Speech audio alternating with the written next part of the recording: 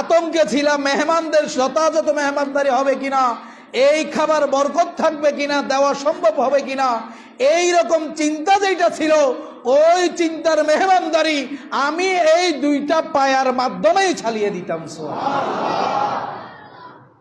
আল্লাহ রসুলকে দাওয়াত দিলেন, ঘরের মধ্যে একটা বকরি তথা ছাগলের একটা বাচ্চা জবাই করলেন।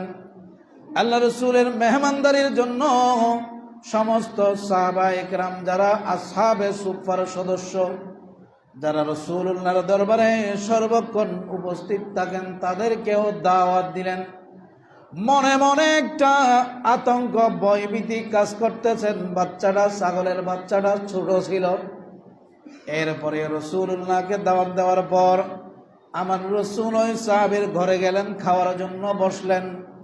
রাসূল পাক সাল্লাল্লাহু আলাইহি ওয়াসাল্লামের কাছে ছাগলের পায়া, কি বললাম, ছাগলের পায়া মানে বুঝতে পারছেন আপনারা? এই দুইটা চারটা পায়ের ভিতরে রাসূলুল্লাহর কাছে বেশি পছন্দ ছিল সামনের দুইটা পায়ের পায়া, সামনের দুইটার পার।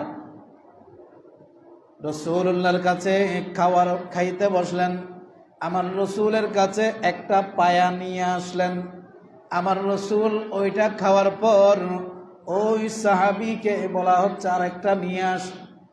এই সাহাবী তাড়াতাড়ি গিয়ে আরেকটাও নিয়ে আসলেন।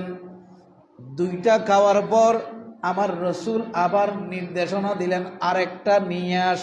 সুবহানাল্লাহ, রাসূলুর দরবারে দিয়ে দিছি। আল্লাহ রসুল খেয়েছেন।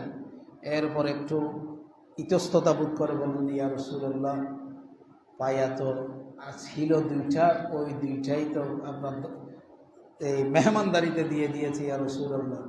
আমার রসুল তার দিকে, সাহাবীর দিকে তাকালেন, একটু মুস্কি হাসলেন। ও আমার সাহাবী, তুমি যদি এই প্রশ্নটা না করতা, সুবহানাল্লাহ, আমি যতক্ষণ বলি ততক্ষণ তুমি ডেক্সির ভিতরে পায়া পাইতে থাকতে।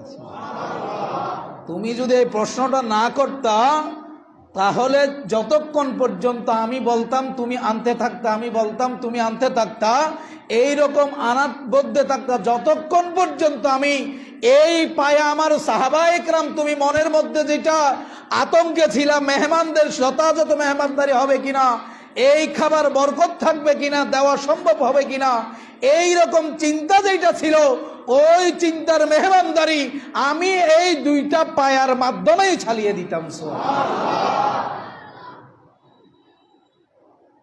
এটাই হলো রাসূলুল্লাহর মুআজিজা। রাসূলুল্লাহর কি